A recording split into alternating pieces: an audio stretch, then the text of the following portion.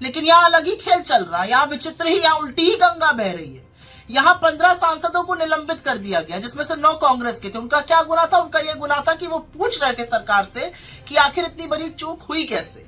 15 सांसदों के निलंबन पर भड़की कांग्रेस की प्रवक्ता सुप्रिया शीनेत ने किया बीजेपी पर लगातार बड़ा हमला। आखिरकार सुप्रिया शीनेत ने किया अपने नए बयान में कौन कौन से चौंकाने वाले खुलासे। हेलो नमस्कार, आप सभी का बहुत बहुत स्वागत है टीवी 9 दिल्ली एनसीआर में। मैं हूं पूनम अधिकारी। संसद में हुई सुरक्षा में चूक का मामला अभी भी गरमाया हुआ है। हालांकि आरोपियों को पकड़ा जा चुका है, लेकिन इसके बावजूद भी बीजेपी और कांग्रेस के बीच में लड़ाई जारी है। और इस बीच में अब कांग्रेस की प्रवक्ता सुप्रिया शीनेत ने बीजेपी को लेकर वो बयान दे दिया है जिसकी शायद ही किसी ने कल्पना की होगी। बहुत सारे खुलासे किए हैं संसद में हुई सुरक्षा के चूक को लेकर, और बीजेपी पर भी सुप्रिया बहुत ज्यादा बरसी है। दरअसल संसद में की सुरक्षा में जब चूक हुई और जब हमला हुआ तो ये खबर आग की तरह फैल गई। आरोपियों को पकड़ा जा चुका है, लेकिन अब भी कांग्रेस और बीजेपी इस मुद्दे को लेकर बहुत ज्यादा एक दूसरे पर विरोधाभास आप कह सकते हैं या फिर बयानबाजी कर रही है।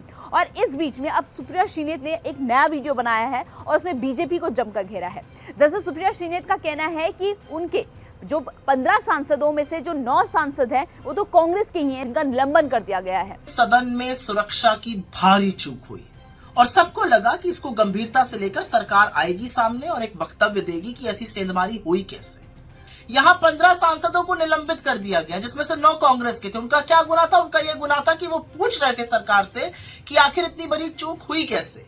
और आपको बता दें, सुप्रिया का ये भी कहना है कि उनका कसूर सिर्फ इतना था सांसदों का, क्योंकि उन्होंने संसद में हुई चूक को लेकर सवाल कर दिया था।